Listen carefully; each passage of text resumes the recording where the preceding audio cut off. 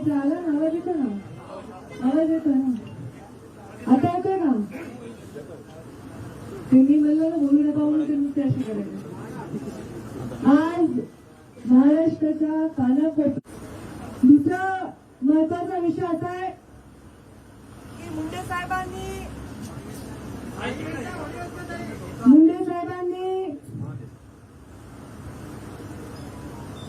आयुष्यभर खस्ता खाऊन वंचितांना आवाज देण्यासाठी काम केलं. समाजातील अगदी तळागाळातील माणूस हा राजकारणात आला पाहिजे, लोकप्रतिनिधी झाला पाहिजे, आमदार झाला पाहिजे, खासदार झाला पाहिजे, जिल्हा परिषद सदस्य झाला पाहिजे, पंचायत समिती सदस्य झाला पाहिजे, मार्केट कमिटीला निवडून आला पाहिजे, वेगवेगळ्या संस्थांमध्ये निवडून आला पाहिजे, अशी भूमिका घेतली आणि सामान्य माणसाला मंच उपलब्ध करून दिला.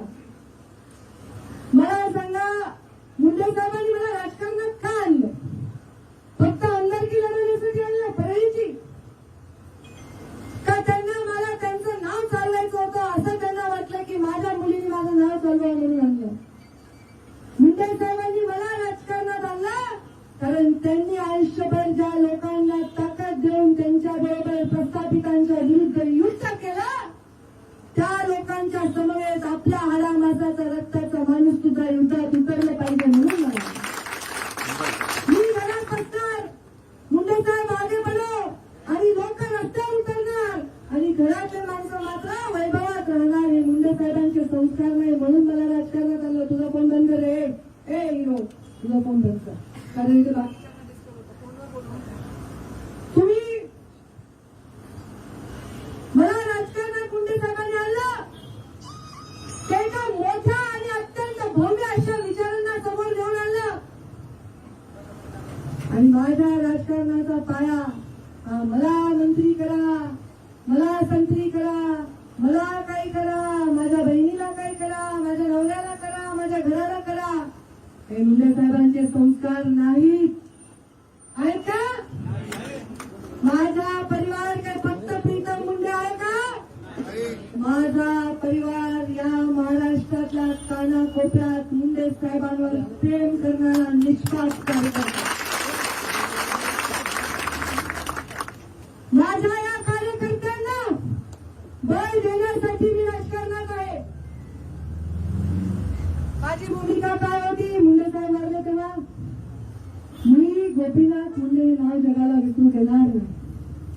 काही लोक म्हणले काही लोक नाही, 99% लोक चांगलं बोलले, 99% सकारात्मक बोलले. काही लोक म्हणले वडिलांच्या मुळे पद देण्याची काय आवश्यकता. मला सांगायचंय, राजकारणात आले आणि माझ्या वडिलांचा अंतविधी सगळ्यांना आठवत असेल, आपल्या बापाचा अंतविधी सगळ्यांना आठवत असेल. सगळ्या लोकांचा असंतोष ज्वाला बनून डोळ्यामधून प्रत्येकाकडे पाहत होता आणि दगडांचा वर्षाव लोकांनी केला, अगदी आमच्याही अंगावर गेला.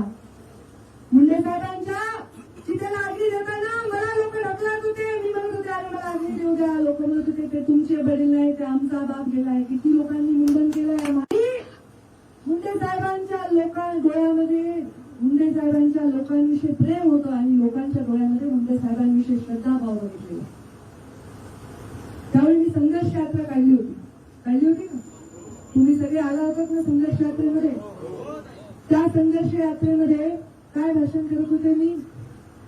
महाराष्ट्राच्या कानाकोपऱ्यात बसलेला जो माणूस माझ्या संघर्ष यात्रेचं भाषण ऐकलं त्याला माहितीये, माझं भांडण नियतीशी आहे. या नियतीने मुंडे साहेबांना दिलेली सत्ता ही सामान्य माणसाला दिलेली सत्ता होती. या नियतीने सत्ता ती खेचून घेतली, आमच्या तोंडचा घास खेचून घेतला. माझं भांडण नियतीशी आहे. ती सत्ता खेचून आणून मी तुमच्या पायाशी अर्पण केल्याशिवाय शांत बसणार. माझं कुणी चेक करा, मीडियाने जाऊन चेक करा. कधी मी भाषण केलं? मी मुंडे साहेबांची मुलगी आहे, मी मुंडे साहेबांचा वारसा आहे, मला अमुक पण पाहिजे म्हणले का मी आयुष्यामध्ये केले? मला जेव्हा संघर्ष यात्रेमध्ये मी सभा घेत होते, लोक म्हणत होते, लोकांची भावना होती, पण मला माहित होतं कोणाचं नेतृत्व येणार आहे.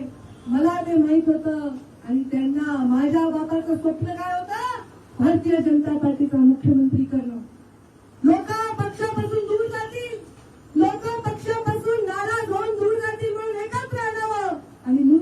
साहेबांचं अंतिम स्वप्न पूर्ण करावं. जे 2 जूनला मुंडे साहेब बोलले होते भाजपचा मुख्यमंत्री झाला पाहिजे, ते मुंडे साहेबांचं स्वप्न पूर्ण करावं.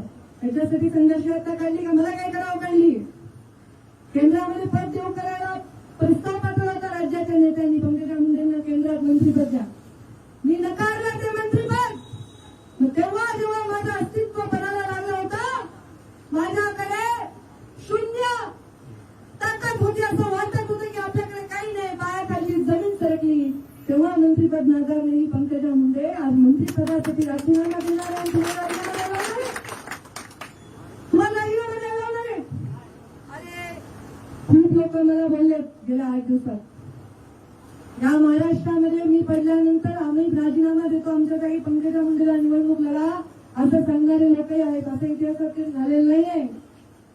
पंकजा मुंडेंनी आम्हाला निवडून आणलं, पंकजा मुंडेंच्या एक सभेने आम्ही निवडून आणलं, असं इतिहासात कधी झालं? हे पंकजा मुंडे नाही, हे गोपीनाथ मुंडे आहे. आणि गोपीनाथ मुंडेंचं जे प्रेम आहे, गोपीनाथ मुंडेंचं जे प्रेम आहे, तुमचं जे प्रेम आहे, मी गोपीनाथ मुंडे जगते म्हणून तुम्ही माझ्यावर प्रेम करता. मी लालची नाहीये, मला सत्तेची लालसा नाहीये, मला खुर्ची पाहिजे नाही, मी असुरक्षित नाही, मला कोणाला संपवून नेता व्हायचं नाही, म्हणून मी जिथे आहे तिथे आहे. मी काय माझी भूमिका मांडली होती, तरी तुम्ही नाराज झालात का?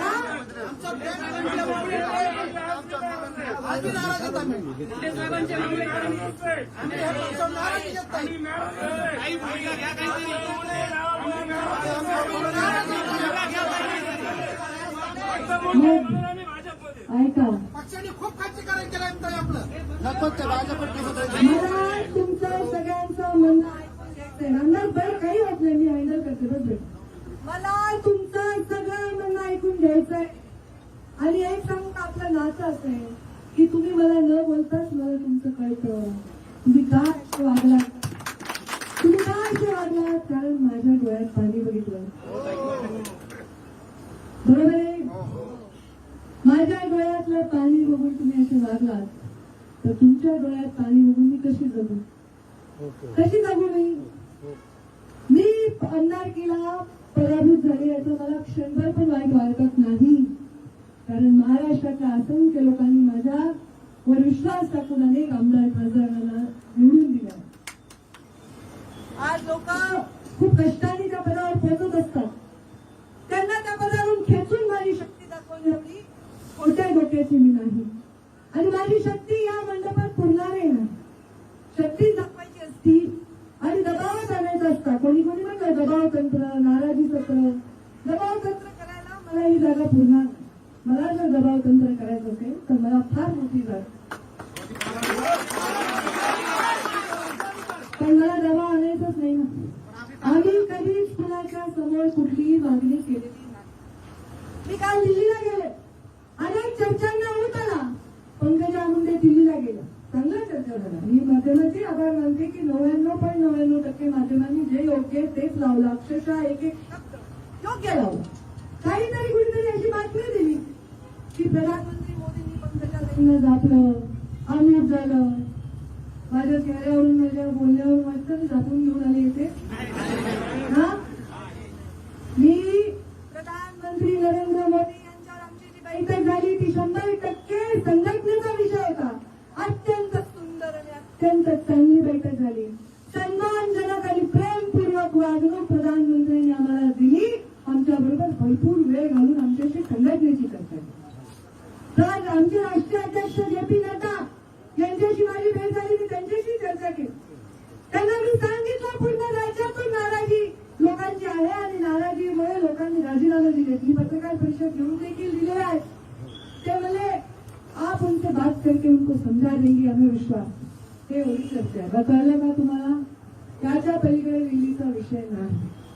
आता मी दबाव आणून काय होणार आहे? मंत्रीपद जर झाली, शपथ झाली, आता दबाव आणून मी काय मिळवणार आहे का? काय मिळवणार आहे मी? आणि मला सांगा, मुंडे साहेबांचे संस्कार आहे.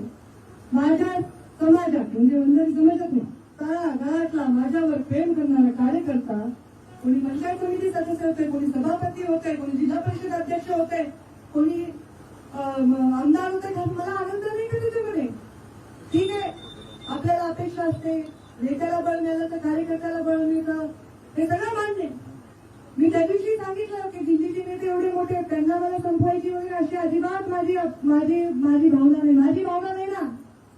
तुम्हाला दिसायला ना तसं, तुम्हाला तसं दिसायला ना, मग ठीक आहे, आपण डोळे चोळून बघू.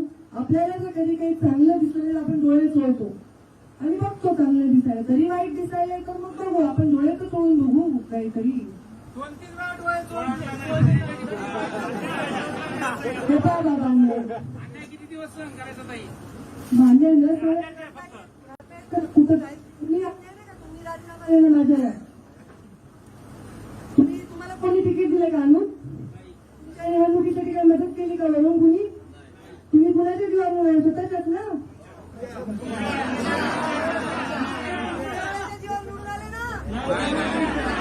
आणि तुम्ही स्वतःच्या तुमच्या जीवावर नाही आहे रे.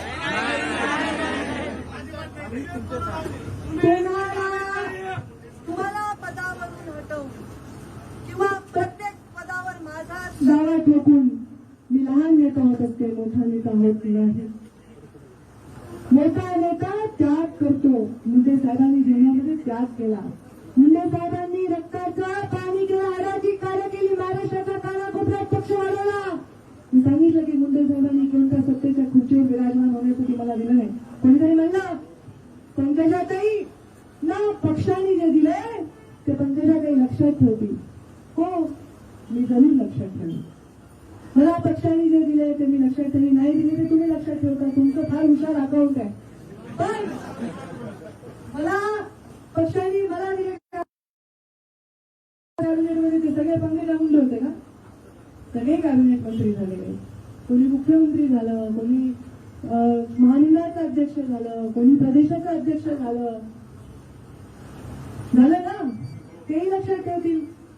पंकजा मुंडेंना संघर्ष यात्रा काढून सत्ता परिवर्तनानंतर मंत्रीपद दिलं, त्याच्याबद्दल मी आभारीच आहे. मला वाटलं लोकांना खूप वाटत होतं काहींना काय मंत्रीपद मिळेल. ग्रामीण विकासमध्ये आता मंत्री, राष्ट्रीय मंत्री आहे. राष्ट्रीय मंत्री आहे मी. केंद्रीय मंत्री नसले तर राष्ट्रीय मंत्री आहे ना. आणि मला माझ्या परिवारासाठी समाजात आपल्या सगळ्यात मोठी ताकद बघा, ह्याची पूर्ण झालं की नाही, कोणी केलं त्याचा पूर्ण झाला का नाही येतो, अशी मूठ आपली आहे ना, हीच आपली शक्ती आहे. हीच आपली शक्ती आहे. हीच शक्ती आहे. आणि हीच शक्ती आपली कमी करण्याचा डाव आपण सफल होऊ द्यायचा नाही. बरोबर आहे. त्यामुळे आज तुमच्या सर्वांचे राजीनामे मी मंजूर करतो. मला प्रवास खडतर दिसतोय, मागेही खडतर होता, पुढेही खडतर. मी हारले असले इलेक्शन मध्ये तरी संपले नाही ना. मी संपले असते तर मला संपवायचे प्रयत्नही संपले असते, पण मी संपलेली नाही. मी आहे, बरोबर ना. आणि मी कुणाच्या जीवावर आहे, तुमच्या जीवावर. इथे कोणी लाभार्थी मोठा माणूस नाहीये, ते बरोबर आहे. आतून मला सगळे त्याच्यामध्ये आहे, तिथे काही खूप लोक दुखावले नाही तसं नाही. पण सगळ्यांना योग्य निर्णय घ्यायची योग्य वेळ असते. माझ्या भावांनो, अविचाराने कोणताही निर्णय का घ्यायचा? आपण सात्विक माणसं आहेत, 90% वारकरी आहेत, बरोबर आहे की नाही? आपली वारी असती, एक आपली वारी होती भगवान वेळाची, असं हृदयाचे तुकडे तुकडे झाले, ती वारी बंद झाली. आपण आपला भगवान भक्ती केला. आदरणीय मानकर नामदेव शास्त्रीविषयी एक शब्द मी कधी चकार वाईट बोलले नाही जीवनामध्ये. थोडी चुकीचे व्हिडिओ व्हायरल केले वगैरे, तरी पण तुम्हाला माहिती, मला माहिती, कधीही नाही. माझ्या निवडणुकीत पराभव झाला. एवढा पराभव कोण पराभव नाही झालं? या महाराष्ट्रामध्ये अनेक लोक पराभूत झाले, मी कधी हरले नाही. प्रीतमताईंना नाव असताना, पूर्णपणे नायक असताना प्रीतमताईंचं मंत्रीपद झालं नाही, पण डॉक्टर कराडांचं झालं. माझं वय 42 आहे, त्यांचं वय 65 आहे. मी 65 वर्षाच्या मंत्रीपदावर विराजमान, माझ्या समाजाच्या माणसाचा अपमान करावा हे संस्कार आहेत का माझे? मी कशामुळे त्यांच्या या पदाला अपमानित करू? जे मुळात सौंदर्य त्याला असतं त्याला कोणत्या अलंकाराची गरज नसते. ज्याला अलंकाराची गरज नसते ते मुळातलं सौंदर्य नसतं. आज माझ्याकडे नसतील पक्षाचे अलंकार, आज नसतील माझ्याकडे पदाचे अलंकार, पण माझं सौंदर्य तुम्ही आहात आणि या सौंदर्याला कोणी काळा फेक लावून दृष्ट लागून असं सौंदर्य त्याला काळं तोंड करायचं नाही आपल्याला. ही शक्ती क्षीण करायची नाही, वाढवायची आहे.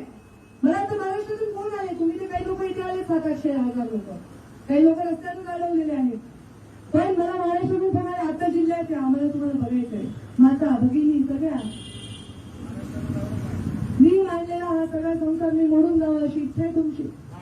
हा कुणाचा कुणीतरी मला हाही प्रश्न विचारला की ताई म्हणजे तुम्ही जनतेच्या मनातला मुख्यमंत्री हा डायलॉग म्हणल्यामुळे तुम्हाला सगळं अवघड गेलं. मी म्हणलं एक तर स्वाभिमानाने राजकारण केलंय, संघर्ष यात्रा काढताना मला मुख्यमंत्री करायचंय भाजपचा हे म्हणलंय, मला व्हायचंय म्हणलं नाहीये. हे सगळं माझं निवडणूक झाल्यानंतर भाजपचं सरकार आल्यानंतर त्या गोष्टी कशा बाहेर येतात, त्या लोक गोष्टी पेरल्या आहेत मला अवमानित करण्यासाठी, माझ्याविषयी प्रश्नचिन्ह निर्माण करण्यासाठी. मी काही म्हणले का तर माझं रक्त काय काळे आणि त्यांचं रक्त गोरे का, कोणी म्हणते मला प्रधानमंत्री व्हायचं देशाचं, ते चालतं ते चालतं.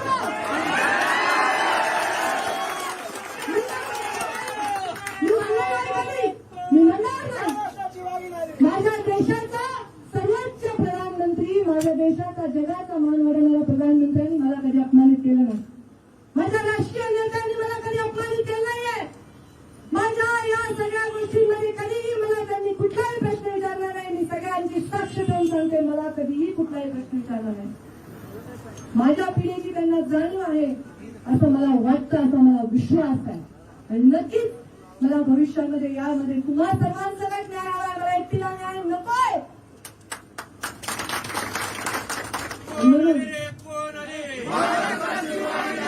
म्हणून आणि तुम्ही म्हणता महाराष्ट्राची वागी नाही, पुन्हा म्हणता पंख छाटले, नेमकं काय पंख आहे का पंचायत ठरवा तर एकदा.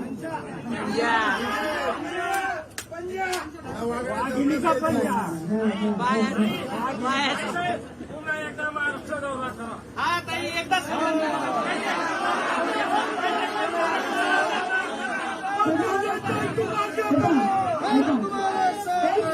सूत्र साधर सूत्र आहे. पांडवांनी धर्मयुद्ध जिंकलं, कौरवांच्या अफाट सेना होती, अफाट संख्येने रथी महारथी होते, 5 पांडवांनी हे युद्ध जिंकलं.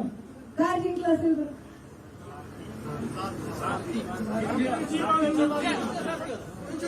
धर्म होता, नीतिमत्ता होती, सारथी कृष्ण होता, उत्तम राज्य करण्याची शक्ती होती, सगळं होतं की नाही?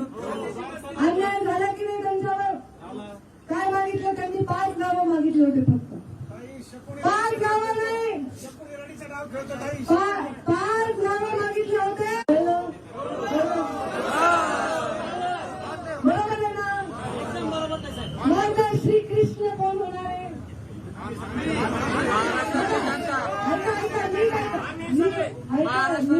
माझं ऐका, घर फुटल्याचं दुःख आम्ही भोगलंय, बाप मेल्याचं दुःख आम्ही भोगलंय, पराभवाचं, भ्रष्टाचाराच्या आरोपाचं सगळं भोगलंय. कारण एकच प्रॉब्लेम आहे, आम्ही कुणालाच भेट नाही.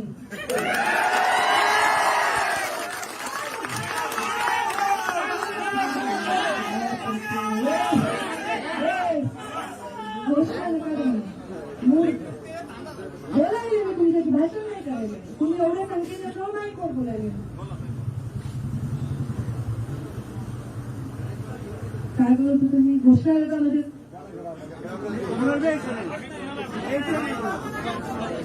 मी कोणाला भीत नाही, मी कुणाला भीत नाही, पण मी कुणाचा आदर करते की नाही? मी कुणाचा निरादर का करू? माझे संस्कार आहेत निर्भय राजकारणाचे, पण माझे संस्कार आहेत संस्कारित राजकारणाचे. मी माझ्यापेक्षा वयाने मोठ्या, मी माझ्यापेक्षा मनाने मोठ्या व्यक्तीचा कधीच अपमान केला नाही जीवनामध्ये. मी निर्भय आहे, ते तुमच्या जीवावर आहे. मी सांगितलं तुम्हाला, कौरव आणि पांडवांचं युद्ध थांबवण्याचा, संपवण्याचा प्रयत्न पांडवांनी केला. मग मी कौरव आहे का पांडव आहे? मला इच्छा आहे की धर्मयुद्ध टाळावं. का? कारण माझी सैनिक आडवे पडतात, घरात पडतात, मला नाही करायचं. तुमच्यासाठी माझं काय रे? कोणता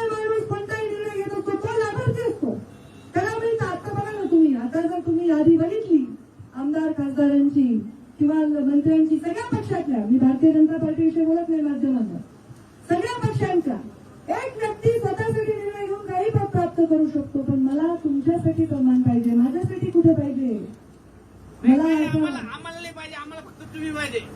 मला तुम्ही पाहिजे. ऐका तर हे धर्मयुद्ध करायसाठी तुम्ही सर्व माझं ऐका. आपलं घर आपण का सोडायचं? आपण बनवलं घामानी कष्टाने बनवलं ना, काय संबंध तुमचा? नाही तर काय संबंध? हे बनवले की नाही बघू, ज्या दिवशी छत अंगावर पडेल तेव्हा बघू. आपलं घर आपण सोडायचं का? तुम्ही असं म्हणता ना, काही अमुक करा, काही तमुक करा, मी काय सोडू? माझा नेता मोदी, माझा नेता मोदी, माझा नेता अमित शहा, माझा नेता ज्यांना मला सांगायचंय की मी काय करते काय नाही, ते आता जे.पी. नड्डा आहेत. ते मला विश्वास आहे की त्यांच्या जीवनामध्ये काहीतरी चांगलं आहे, असं मला विश्वास आहे. जोपर्यंत विश्वास आहे, आपलं काहीतरी काय आता, आपण काही कशाला घाबरत नाही, आपण कष्टाला घाबरत नाही, कोयता घेऊन उतरतो. आपल्याला काय करायचंय? प्रश्न आहे की मला स्वतःसाठी काही नकोय, प्रीतमसाठी, अमितसाठी, यशस्वीसाठी काही नकोय, तुमच्यासाठी हवं. आणि मला माझ्या समाजात मला फॉर्म भरायला लावला होता भारतीय जनता पार्टी, पण मला न देता ते म्हणजे तुम्हाला देणं शक्य नाही. मी म्हणलं ठीक आहे, अच्छा धन्यवाद. बघितलं रमेश अप्पांचं नाव आलं, काय बिघडलं? ठीक आहे, आम्हाला नाही देता, तुम्ही रमेश अप्पांना दिलं. मी जर समाजाचा नेता आहे, मी मंत्री पदाधिकारी नाही आहे, मी खासदार आमदार नाही आहे ना. आज काय आहे मी? ग्रामपंचायत, तुम्ही माझ्यापेक्षा प्रोटोकॉली मोठे आहेत. तुम्ही तर कोणी मार्केट कमिटीचे सभापती, कोणी नगरसेवक आहे, कोणी काय आहे, बरोबर आहे की नाही? मी तर पदावर नाही आहे. मी कोण आहे?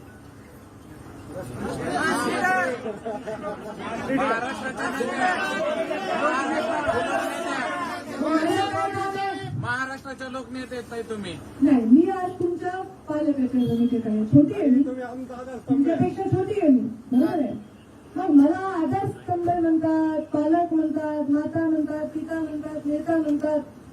मग मला सजवण्याचा प्रयत्न करू नका.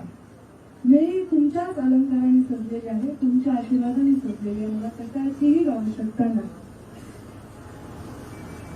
आज हे अजून एक कारण सांगते. कौरव आणि पांडवांचं युद्ध पांडवांनी जिंकायचं.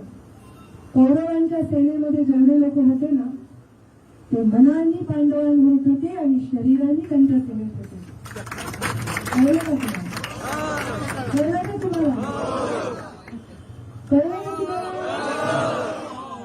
त्यामुळे खूप लोक रथावर स्वार होते. कर्णाच्या रथावर शल्य, मधुरात शल्य, बरोबर माझं तुमचा अभ्यास नाहीच आहे, त्यामुळे ते होते. आणि त्यांचं काय, ते त्याला शिवाय द्यायची करणार. म्हणजे असं होणार आहे. कौरव आणि पांडवांचं युद्ध असताना सारथी जे आहे ते सुद्धा त्यांच्या रथावर जे स्वार आहेत ते सुद्धा त्यांच्या बरोबर मनाने नाचतील, अशी परिस्थिती येत असते. हो, अशी परिस्थिती येते. काय कधीच थांबत नाही,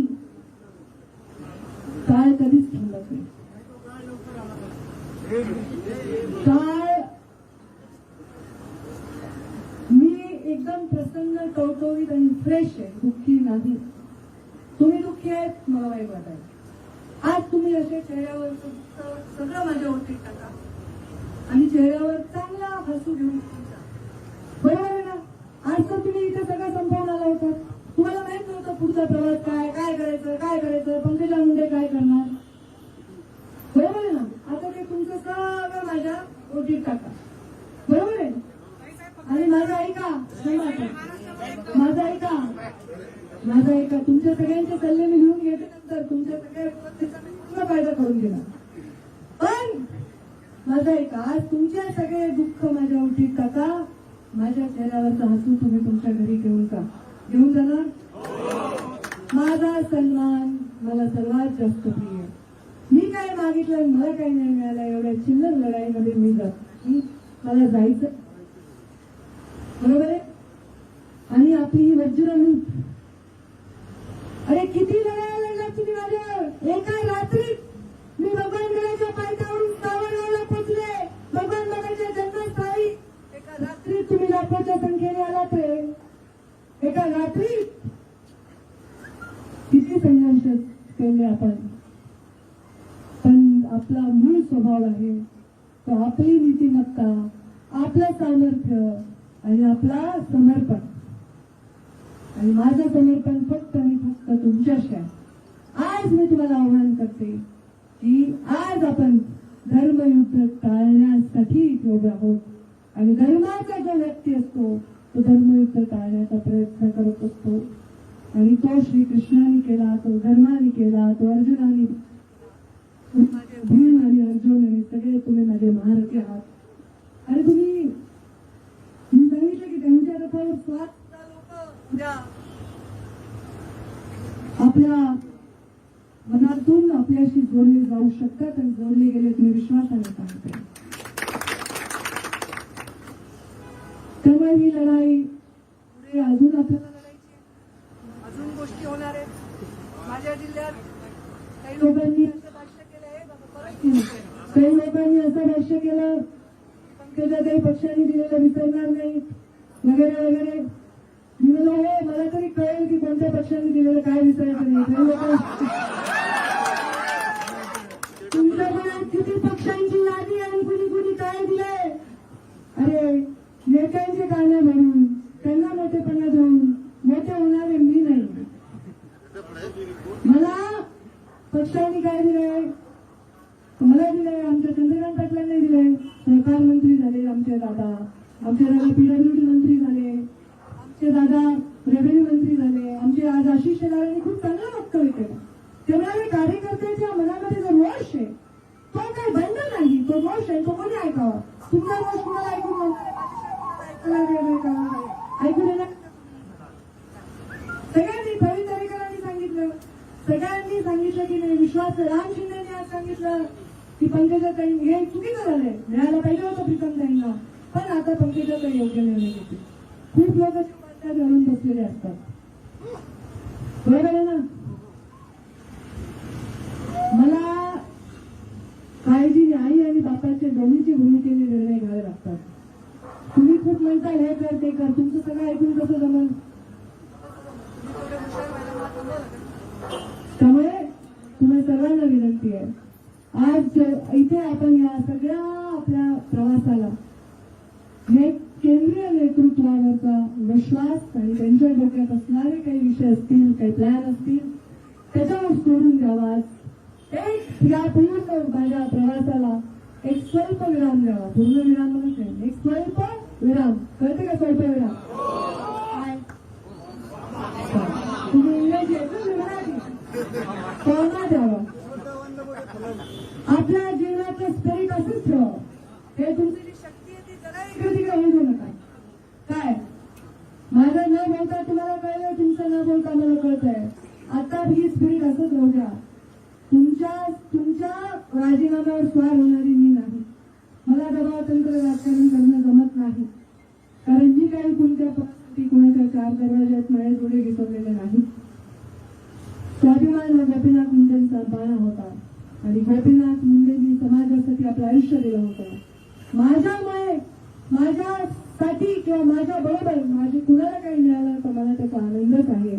आणि म्हणून फक्त मला संधी मिळाली असती तर मी त्यांच्या शपथविधीला गेले असते. मी जसं राज्यसभेचा फॉर्म भरायला गेले आणि तुम्ही काहीच बोलला नाही, मग काही गेल का तर तुम्ही गेले असते. ठीक आहे, काही गोष्टी जशा हव्या तशा घडल्या नसतील तर त्याचं तुम्ही त्याचं टेन्शन घेऊ नका, ते माझ्यावर सोडा. आणि तुम्ही मला माहिती आहे तुम्ही ऊस तोडते कोण जरा कोणी आहे का ऊस तोडणार? बघा का ऊस तोडतेत काही लोक, काही ग्रामीण भागातले लोक आहेत. तुम्ही तसे काय नाव बसून सांगा ऊस तोडतो बघा. आणि आता इथं कुठून आलात? तुमच्यासाठी आपण केजून आलोय. तुम्ही माझ्या घरी आलतात. माझी आई अरे की अरे रामराव मिसाळ आहे मी. मिसाळ बसा आपले मुले आहेत, सभापती दादा आहेत. मग हे ऊस तोडणारा माणूस मला एकाने सांगितलं मुंडे साहेब एकदा जिल्हा परिषदेला उमेदवार कुणाला द्यायचं जिल्हा परिषदेला उमेदवार कुणाला द्यायचं उसातून शिवाजी अप्पा मुंडे आले तर माहित नाही मला. शिवाजी अप्पांना उठून आणलं उसातून निवडणूक लढायला. असं एक माणूस घडलाय. काय असंच जाऊ द्यायचं का? ग उसाच्या भरातून आणून शेतात का मजुरी करणाऱ्या माणसाला उचलून सभापती बनवले, कुणाला सदस्य बनवले, कुणाला काय बनवले आणि आमदार दुसऱ्याच्या रथावर स्वार सगळे रथी आहेत आपल्याबरोबर. पण तुमचं हे पद माझ्यासाठी जास्त महत्वाचं आहे प्रीतमताईच्या मंत्रिपदापेक्षा. इथून पुढे कधी असा प्रयोग मला प्लीज करू नका. प्लीज, तुम्ही माझ्यासाठी सगळ्यात जास्त महत्वाचे आहे. तुम्ही जेव्हा मी जाते तिथे तुम्ही बोलत येतं ना ताई मी माझ्या मार्केटचा सदस्य आहे, मला एवढा आनंद वाटतो. अरे हा आपला गरीब माणूस एक मार्केटचा सदस्य म्हणून. आता आपण ओबीसीचं आंदोलन केलं, यशस्वी झालं, निवडणूक पुढे ढकलली की नाही, दबाव आला की नाही. आपलं मुख्य ध्येय काय? आपलं मुख्य ध्येय एक पद प्राप्त करणं नाही. आपलं मुख्य ध्येय गोपीनाथ मुंडेंचं स्वप्न, वंचितांचा वाली आणि वाणी बनण्याचं स्वप्न पूर्ण करणं आहे. आणि त्याच्यासाठी मला त्या दिवशी वाटेल की बाबा आता इथं राहून नाही, तेव्हा बघू. आपलं घर आपण सोडायचं नाही हा माझा निर्णय आणि तो तुम्ही मान्य करणार आहे हा माझा विश्वास आहे. करणार ना? करणार ना? मला मोदीजींना ऐकू द्यायला असं एक घोषणा द्यायला जरा. भारतीय जनता पार्टीचा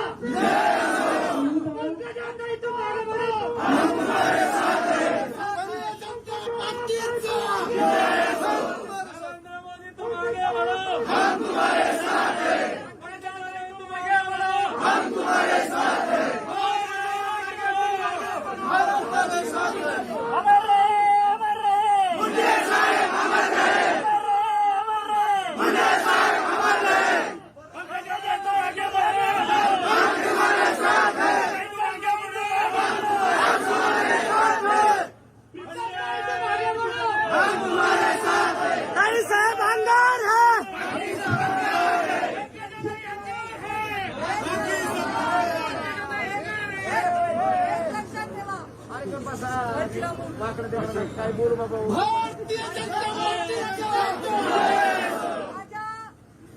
लोकांची तुकडा पाडण्याचा अनेक प्रयत्न हे पाप सफल होऊ देऊ नका. आपण सगळेजण एका मुठीत राहू. भलेही 2 दिवस कमी खाऊ, भलेही आपण कुठे जिथे आपल्याला त्याग करायचं तिथे त्याग करू, पण आपण सगळेजण एका मुठीने एका जीवाने राहू. जीवाने मानतो जे आपल्या सगळ्यात मोठी शक्ती आहे ती शक्ती, त्याच्यावर खूप आपल्याला काम करावं लागणार आहे आणि तुम्ही हे मला यशस्वी करून दाखवणार आहे हा विश्वास आहे. त्यामुळे आता आपण आलात 2 ग्लास खावा प्रेमाने. काही जिल्ह्यांना मी आज बोलवते, त्यांच्याशी पर्सनल चर्चा करते. जे काही त्यांचं म्हणणं आहे, मला रागवायचंय, ओरडायचंय, काय ते ऐकून घ्यायला मी तयार आहे. त्याच्यानंतर आपण सर्व इथून जावं अशी माझी सगळ्यांना विनंती. व्यवस्थित सुखरूप व्यवस्थित अशी मला विनंती आहे. महाराष्ट्राच्या कानाकोपऱ्यातून ऐकणाऱ्यांना हात जोडून विनंती आहे, या धर्मयुद्धामध्ये सामान्य माणसाचा बळी जाऊ नये याच्यासाठी मी राजकारणात आहे. माझ्या मुंडे साहेबांनी मला हेच शिकवलंय, माझ्या कार्यकर्त्यांचं बळ कमी करून स्वतःचं बळ वाढवणे माझे संस्कार नाही. आणि म्हणून मी जो शब्द दिल्लीत उच्चारलाय की माझे लोक माझे ऐकतील आणि